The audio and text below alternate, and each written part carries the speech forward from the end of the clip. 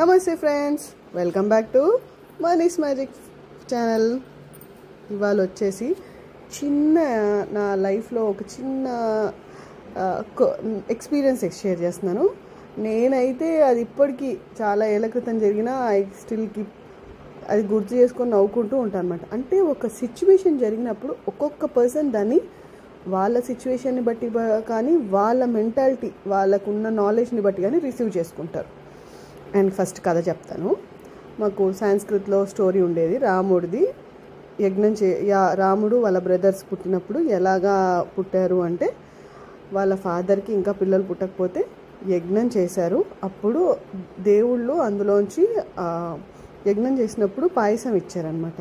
పాయసం ఇస్తే దాన్ని వాళ్ళ వైఫ్స్ ముగ్గురు కన్జ్యూమ్ చేస్తే రాముడు, లక్ష్మణుడు, భరత శత్రుఘ్నులు పుట్టారనమాట. ఇప్పుడు రాముడు అండ్ వాళ్ళ బ్రదర్స్ ఎలా పుట్టారంటే మీరేం క్వశ్చన్ చేస్తారు. అక్కడ మా స్టూడెంట్స్ని అడిగినప్పుడు మా దాంట్లో ఒక అబ్బాయి ఏం చెప్పాడు తెలుసా? ఏం చెప్పాడు చెప్పండి? పాయసం తింటే పుట్టాడని చెప్పారండి. యజ్ఞం చేసినందుకు పుట్టాడని చెప్పలేదు.